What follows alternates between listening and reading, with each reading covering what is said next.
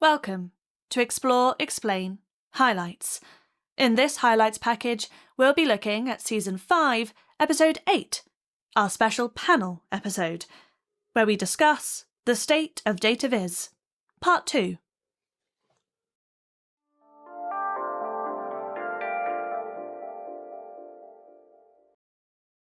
But yeah, I'm also not visiting the Viz conferences. I'm also not that informed as I should be, maybe. And I think that's an important point, which is, I've perhaps positioned that in the wrong way, which is maybe it sounds like I'm blaming them for not coming to me on a plate. Here are the things you need to know, Mr. Kirk. No, it is down to me, but I think it's, in some respect, it is the overwhelmingness.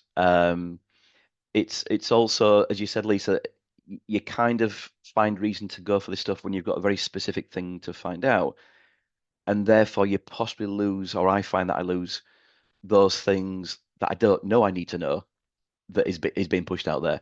I mean, Juuso, what's your kind of feel of your connection to the world of academia in this sense?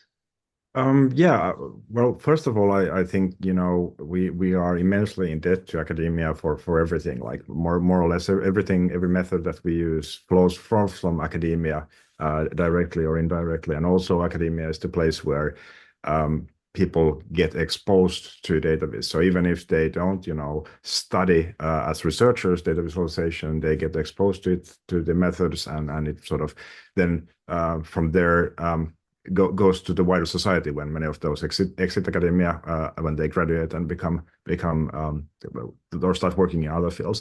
But I do agree that if we look at academic visualization research, there is a bit of disconnect with the modern practice. And I think one reason is the time horizon, which in academia tends to be quite long. So when you get a paper, you start writing a paper to when it gets accepted to when it gets published, it can be 2 years or something like that. And in the industry, things move quite a bit faster than that.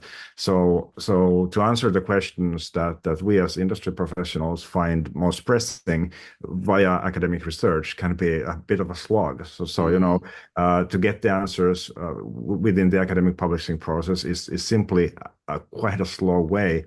And for that reason, as I think Robert E. Horn said, that information design is the art and science of preparing information so that it can be used by human beings. So there is the art and the science sometimes is lagging a bit behind due to the slowness of the academic process.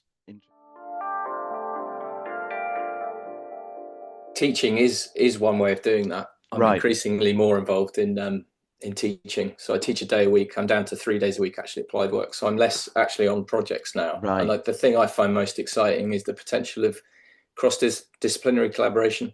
So in teaching, like bringing a graphic designer alongside a musician and a data scientist and imagining what might come out of that relationship. And then at the other end of my week, I'm doing this MSc in geographic data science. And I'm kind of getting it from both sides and trying to feed that back into what Applied Works is doing. And I think it's difficult to do that because we have an established stability, was the word you used earlier. We have, really good long-term client relationships, and we're good at what we do, I think, I hope. But trying to bring those innovation sort of elements into the workflow is quite difficult. But for me personally, I get that inspiration from all around. Like I've learned a huge amount in the data science world that I didn't know about in the last sort of 18 months, machine learning, things like that, spatial data analytics, all that kind of stuff.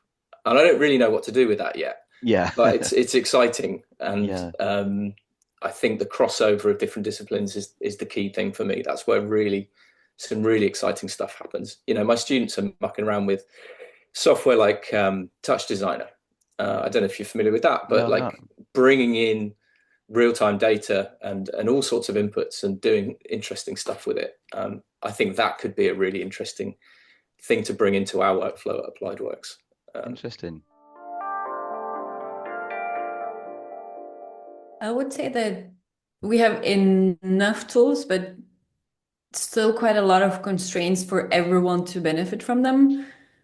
So you can, be specialized in coding. So D3 when you need it. Some people only do that, and they're amazing in that crazy world of JavaScript.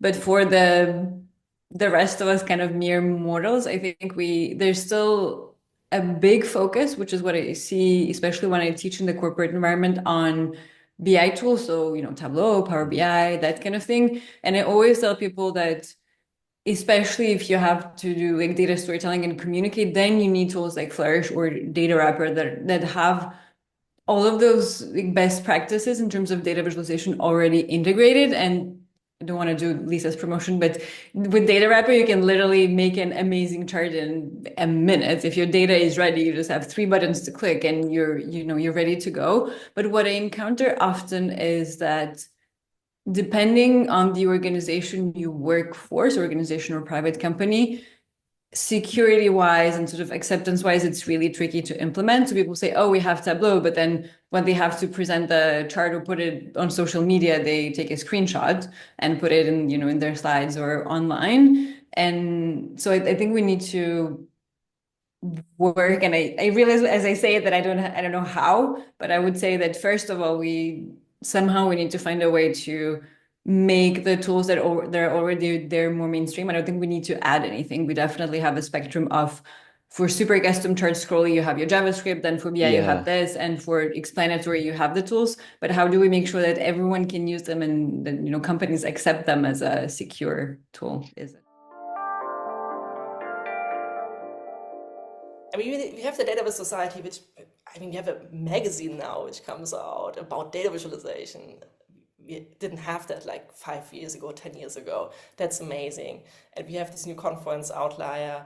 I do wish there were more initiatives from different organizations, different people, like we had 6-7 years ago. Now it's fairly centralized by the Data Viz Society, and I mean they're super open. You can participate, you can organize the conference yourself if you want to, but it's all bundled by them now. The award too, the survey, it's everything is there. I miss X. I miss that everybody was on the same platform, which is not the case anymore. I mean, even with Blue Sky, I feel like a few people will still stay on LinkedIn because they build a home there, and then you have Blue Sky, which I agree with Andy, feels very nice, feels very sentimental. But I'm not trusting it yet to replace X completely. What I see and what I think is very nice is the new, or not the new, but like the 30-day chart challenges. And very good point. Which I wouldn't call them resources, but initiatives that really bring more and more people together, even like tool agnostic, which is important. I mean, we've had Makeover Monday before, but it was more like on the Tableau side. To like 30-day chart and map challenges are really build whatever you want. And this is where we also see what Andy mentioned before, like the more hand-drawn approaches, which I so much enjoy. It's really nice to see that coming out of there. Yeah. Well, I've got to be honest, I'm very lucky to have a development team who can build things bespoke for me. But as I'm moving into doing my own independent research, I'm increasingly looking at Python. I'm in the middle of a Python module at the moment, and it's extraordinary what you can do with some of the packages like Seaborn. I'm also really excited to plug that into DataWrapper as well and start using that. So I'm now sort of more having to look for those tools myself, and I find I'm becoming more detached from the kind of Adobe Figma kind of workflow as I have a team of people doing that stuff. The other thing I wanted to mention just about events and things is the amount of inspiration I get from going to exhibitions like 180 Strand is right next to our studio in Somerset House, United Visual Artists and people like that doing interesting things, not really core data viz kind of discipline, but really inspiring, kind of bringing data sets in. Artists like Refik Anadol, working with AI and 3D visualizations. Big Bang Data at Somerset House, I think that was about 8 years ago now. And the Art of Data at Bletchley Park, which I think you were involved with, Andy. I think I've kind of naturally turned my back on social media a little bit, not just professionally, but I tend to be much more excited by seeing things out in the wild, and Yeah. I just wonder whether there's a way of making more of those sort of resources, bringing those resources from sort of tangential types of exhibitions into the arena. It's a really good point, and Sonia's immediately agreed with that in the chat box there. I think you're right. I think this, I mean, I'm just thinking the word of the year, the Oxford Dictionary word of the year was brain rot. And there is a sense that if we just rely upon social media as the place that we get our latest stuff, that we're all just sort of narrowing ourselves down a little bit. And I put myself in that camp. And you're right, when you go to these things that are tangential, even if the spark that you get from those isn't something you're going to bring into the workplace on the Monday, something's landed there that it might just manifest in 2 years, 10 years, wherever you might think it could do. But yeah, we looking outside, I never go to conferences, for example, outside the Data Viz world.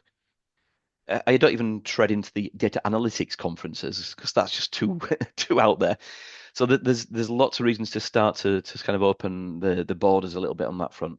But yeah, I mean, just kind of closing a few points of this. I think there are fewer blogs than there were all those years ago. The Data Viz Society has been a terrific development in forging a community and a platform for discourse and also resetting. Thank you for joining us for this Explore Explain highlights episode. As always, the full episode is available on YouTube or wherever you get your podcast. We hope to see you again soon on another episode of Explore Explain.